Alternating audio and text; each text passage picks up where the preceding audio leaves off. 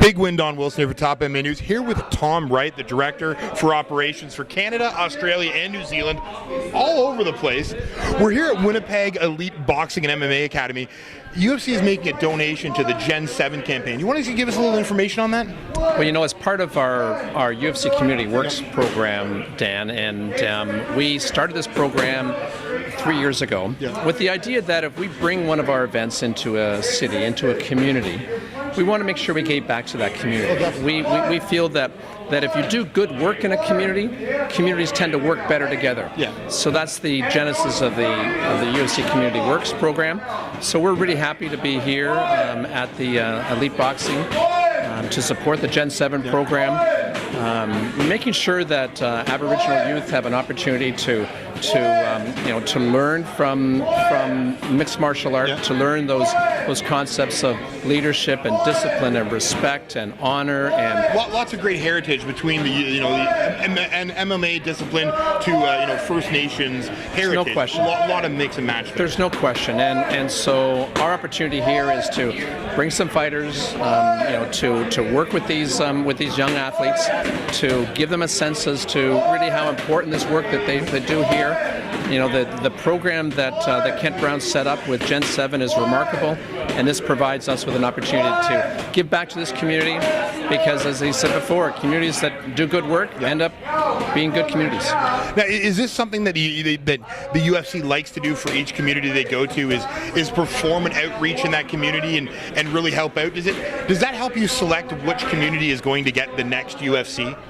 You know what? It's always part of it. I mean, when you're trying to grow a sport that's as young as ours, you want to make sure you take it to as many communities as possible. And in this country, we've got lots of different opportunities to take it to those communities. But as soon as we decide whether it's Toronto or Montreal or Vancouver, Calgary or Winnipeg, we will then try to find the right community-oriented partner that we can do good works with, so that we can help support and give back to where we bring fights. Well, I gotta say, it's just great seeing the UFC come out here and give back to the community. You mentioned all those great cities that have already had a UFC event. Is there another city in Canada that you guys have already earmarked for a potential UFC event, either later 2013, future in 2014? You know, there's tons of cities, tons of great cities. From take the map, and we want to go back to Vancouver and Calgary, but we want to go to Edmonton as well. I've already had conversations in Saskatchewan about Regina and Saskatoon. Obviously we're here in Manitoba and Winnipeg, but in Ontario we could go to Hamilton, we could go to Ottawa, obviously been to Toronto. Quebec City's on our radar, and then you go into Eastern Canada in the Atlantic provinces. We've looked at Moncton, Halifax. I'm sure we'll be there sometime. Especially with TJ going for the title fight. It's fabulous having TJ fighting Ben Henderson in August. So yeah, there's a ton of places, and you know what? We're just going to have to wait our turn. All right. Now, obviously, I asked you before the interview, but I got to get it here on camera at least. Is there any news on Tough Canada? And I got to ask you, rumor is it will be Tough Canada versus Australia. Is there any truth to that? Well, you know what? I don't have any firm news that I can tell you, but believe me, by the time UFC 161 here in Winnipeg is done, you'll know everything you need to know about Tough in Canada. I can't. You know what rumors are all about? Rumors are rumors. That's and until true. you get the facts, and they stay as rumors. All right. Now, that's a great answer on that one. Now, we have the fight card coming up there, UFC 161. Is there any particular matchup, for you that you're looking forward to? Well, I mean, there's a lot of great matchups on this card, as you well know. I mean, Rashad Evans versus Hendo is going to be. I think it's going to be fabulous. I really am. And I've never seen. I've watched Big Country fight, but I've never seen him fight in person. And Stipe Miocic is no slouch, so I think that's going to be great. But you know what? I mean, there's 7 Canadians on the card too. I'm excited about. But the one I'm really looking forward to watching is the first ever Canadian women's fight. That's going to be great. Alexis Davis and Rosie Sexton, strong bantamweight fighters, very talented, very experienced, and I think this will be the 4th ever women's fight in the UFC. The previous 3 have all been great fights, and they'll put on a show. Now, was there something behind? Obviously, Alexi Davis made her MMA debut in Winnipeg years ago against Sarah Kaufman, who's actually out here teaching some kids. Did that have something to do with putting her back on the Winnipeg card when she came back, kind of bringing her career full circle? Well, I don't. I mean, there's a whole bunch of things that go into play when you're, making up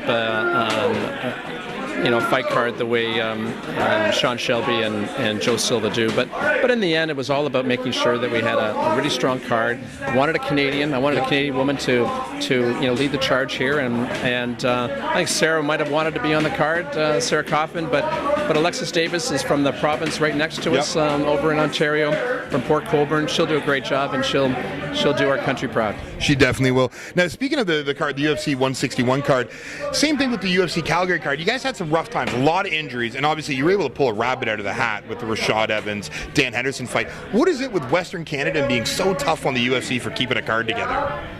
It's nothing. You shouldn't read anything into that. You know what I mean? If UFC 161 was in Albuquerque, we'd be faced with the same situation. It has nothing to do with the city. It has nothing to do with being Western Canada. What I can tell you is that, and as you know this as well as I do, injuries happen in sport. They happen in every sport. They happen in team sport. They happen in individual sports, and they're going to happen in our sport. They do. You might as well get used to it. But in the end, all of the athletes that are competing at the MTS Center on Saturday are world-class professionals. It's going to be a great evening. It's going to be very loud in the MTS Center. Sold out, as you well know. So it'll be fine.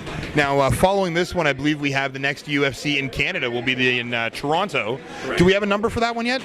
UFC 165. 165? September 21st at the Air Canada Center. Beautiful, fans. You got to pick up tickets. Dana White announced today, I don't know if it had come out yet, that John Jones will be taking on Alexander Gustafsson for the lightweight strap. Yeah, absolutely. Light heavyweight, yeah, absolutely. Light heavyweight, sorry. That would be a great fight. It's going to be a great fight. Yeah. And John Jones has fought in Toronto before. He fought at UFC 152, and that was an amazing fight, if you recall, against Little Nog, and nearly lost it. And he withheld that standing armbar, and was quite remarkable. So, having an athlete like John Jones, our light heavyweight champion, come back to Toronto is great for the card. So. Oh, it's just huge. It's going to draw amazing, especially in Toronto. Besides that, any future Canadian dates that we should be made aware of, or get the fans, let them know to start looking for tickets? Nothing more for Canada that you'd already know about.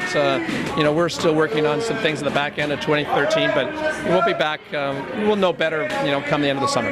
Well, last question here before I let you go. I got to ask, being the commissioner of the CFL, going over to the UFC, was there anything you took from your CFL life and brought in the UFC that made the transition easier for you? You know what? The truth is that everything I learned at the CFL is just part of what you learn in life. I would tell you that the keys to, I think, when you're trying to run any kind of sport organization is recognizing that in the end it's the fans that own the sport. Make sure that you respect them, you trust them, you listen to them, and you do whatever you can to make sure that you do respect what they want and do as best you can. Absolutely. And then the athletes. I mean, one of the things that I found about the CFL is that CFL athletes are very approachable, they're very accessible, they live and work in the community, no different than these guys and these girls. You watch them. You watch how Jordan Meehan is with these kids here. Watch Sarah Kaufman. All these guys are approachable, they're accessible, and they are really world-class athletes, and it's great to work with world-class athletes. And that's what makes MMA great. The athletes are approachable. The sport is all about the fans, and that's why we love you. Once again, fans, big win, Don Wilson. Tom Wright, Top MMA News.